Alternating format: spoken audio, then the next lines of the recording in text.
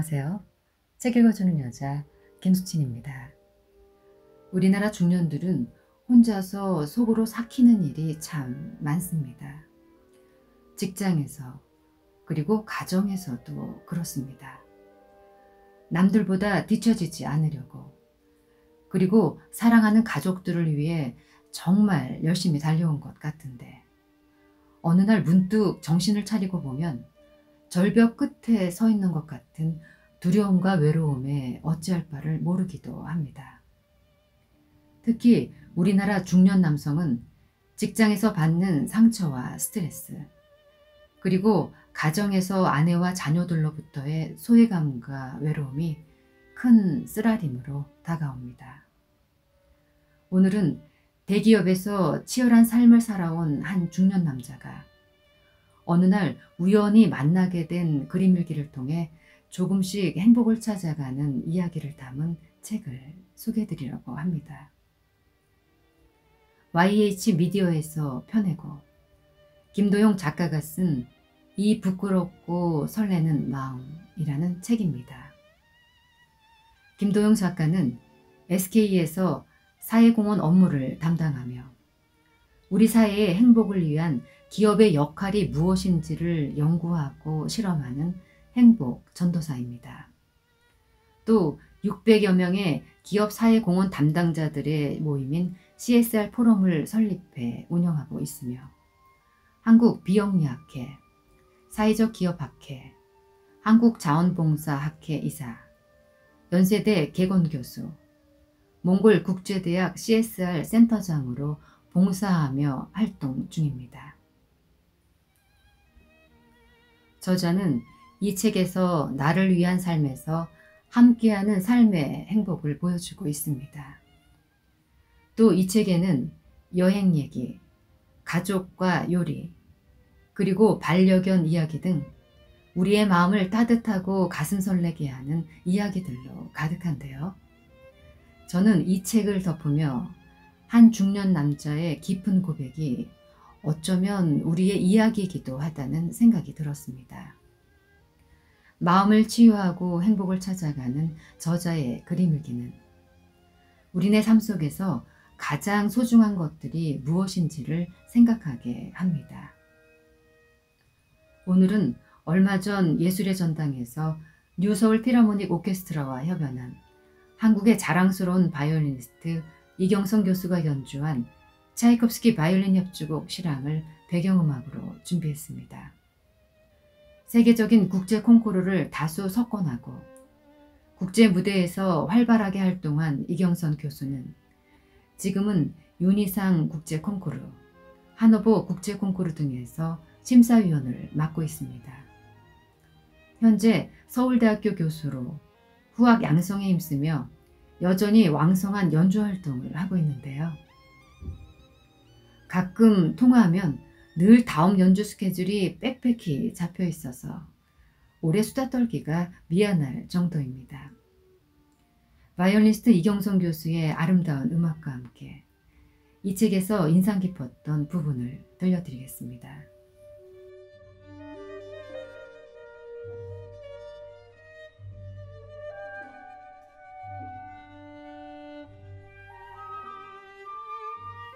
자, 그럼 책 속으로 들어가 볼까요?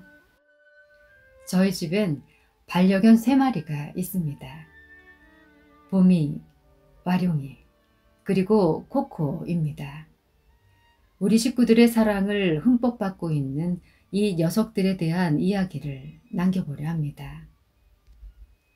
제일 먼저 식구가 된 봄이는 2010년 10월생입니다. 중3이었던 딸아이의 집요한 간절함에 우리는 젖을 뗀 지 얼마 되지 않은 비숑프리제 갓난아기를 분양받았습니다. 마지못해 허락했던 아내가 걱정이었는데 낑낑거리는 새끼 강아지를 보자마자 모성애가 발동했나 봅니다. 어린 것이 엄마와 헤어져서 얼마나 안쓰럽냐며 눈물을 글썽이며 가슴에 안고 내려놓지를 않습니다. 갓난아기가 생긴 것처럼 우리 집이 환해지고 따뜻해졌습니다. 봄이 온 것 같습니다. 그래서 이름을 봄이라고 지었습니다. 봄이가 우리 집에 온 후부터 갑자기 온 식구가 바빠졌습니다. 먹이랴, 배변 뒤치다거리 하랴, 목욕시키랴, 산책시키랴. 작은 강아지 한 마리가 사람을 바꿉니다. 봄이가 우리 집에 온 지 1년쯤 되었을 무렵입니다. 온라인 카페에 공지가 떴습니다. 주인이 잦은 출장 때문에 시설에 맡겼는데 학대당하고 있다는 것 같다며 새로운 주인에게 입양시키고 싶다는 내용입니다. 사진을 보니 꾀죄죄한 외모에 잔뜩 겁에 질려 등이 굽고 꼬리가 말려있는 슬픈 표정의 남자아이였습니다. 어찌나 마음이 아프던지 가족회의를 하고는 당장 데려왔습니다. 예쁜 봄이의 남자친구 와룡이는 이렇게 식구가 되었습니다. 한동안 학대받아온 와룡이는 쉽게 마음을 열지 못했습니다. 조금만 큰 소리가 나도 깜짝 놀라며 얼른 숨고 냈습니다. 막대기 같은 것만 봐도 겁에 질려 꼬리를 말고 벌벌 떱니다. 참 안쓰럽습니다. 온 식구가 매일 가슴에 안고 쓰다듬으며 이렇게 속삭였습니다. 괜찮아, 와룡아. 우리는 너를 사랑한단다. 사람을 경계하며 경직되었던 몸이 풀리고 편안한 눈망울을 되찾는데 무려 1년이라는 시간이 걸렸습니다. 하지만 요즘도 봄이보다 훨씬 겁이 많고 잘 놀랍니다. 누군가의 가슴에 박힌 못은 아무리 잘 빼낸다 해도 그 자국은 평생 그 자리에 남아있나 봅니다. 와룡이가 학대의 아픔에서 회복되면서 봄이와 사랑에 빠졌습니다. 얼마나 다정하게 서로를 챙기는지 질투가 날 지경입니다. 그러던 어느 날 동물병원에 다녀온 아내가 식구들을 모으더니 중대 발표를 합니다. 우리 봄이가 아기를 가졌대요. 봄이가 임신하고 2달이 지난 어느 새벽 몇 번 낑낑거리더니 태막에 쌓인 새끼 2마리를 차례로 순산했습니다. 힘든 출산 후 새끼들에게 젖을 물리고 기진맥진 누워있는 봄이를 보면서 수컷들은 결코 이해할 수 없는 모성의 감동을 봅니다. 2 꼬물이의 이름은 여름이와 가을이로 부르기로 했습니다. 봄이가 엄마니까요. 여름이와 가을이 몸에서 베이비 파우더 냄새가 납니다. 보면 볼수록 더 예쁩니다. 너무 예쁩니다. 그러다 젖을 떼고 얼마 되지 않아 처남댁이 2마리를 다 데려갔습니다. 자식을 시집장가 보내면 이런 기분일까요? 봄이가 벌써 10살입니다. 반려견이 사람보다 6배나 나이를 빨리 먹는다고 하니 사람 나이로 환갑이네요. 작년부터 걸어다니면서 여기저기 부딪히는 것이 이상해 병원에 갔더니 시력을 거의 잃었다고 합니다. 병원에서 돌아온 봄이를 식구들이 돌아가며 안아주고 쓰다듬어 줍니다. 딸아이는 눈물이 그렁그렁합니다. 그리고 얼마 전에는 큰 수술도 받았습니다.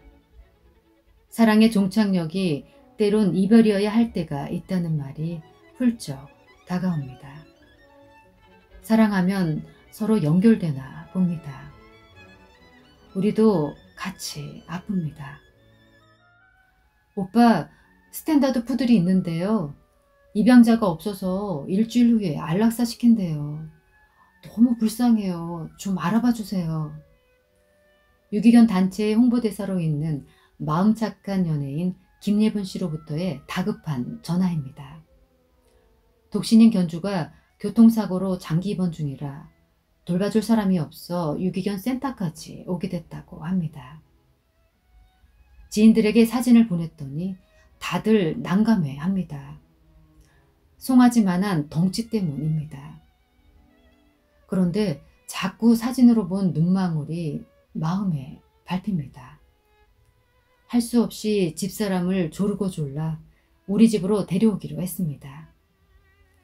관리가 되지 않아 털은 무성하고 덩치는 산만한 사고뭉치 코코는 그렇게 우리 식구가 되었습니다. 코코는 스탠다드 푸들입니다. 똑똑하고 점잖고 속이 참 깊습니다. 미용을 하고 나니 세상 예쁩니다. 그런데 참 불쌍합니다. 한쪽 엉덩이에 큰 혹이 생겨 수술을 했는데 특이 체질이라 상처가 아물지 않아 10여 차례나 재수술을 해야 했습니다. 골육종이 생겨 발가락 절단 수술도 받았습니다. 또 갑상선 기능 저하증과 만성 피부 알러지가 있어 매일 약을 먹어야 합니다. 그래서인지 코코가 주는 사랑과 위안은 가슴 시리게 깊습니다. 그래도 코코와 있으면 신나는 일들이 많이 생깁니다.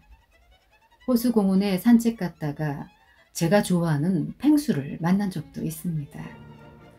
코코 때문에 같이 사진도 찍고 이야기도 하고 덕분에 추억도 만들고 펭수 동영상에 저와 코코도 나왔답니다. 저는 코코와 자주 자전거를 타며 산책을 즐기곤 합니다. 코코와 눈을 마주치고 함께 호흡을 맞추며 달릴 때에는 서로 교감하고 있다는 생각이 듭니다. 진지한 이야기를 나누는 것도 아닌데 묘한 행복감이 우리 둘을 이어줍니다. 어쩌면 서로 말을 하지 않기 때문에 더 깊이 공감하게 되는 건 아닐까요?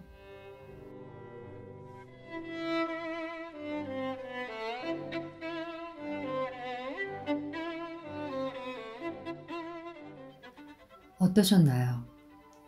저자는 남에게 잘 보이기 위해 살지 말라고 합니다.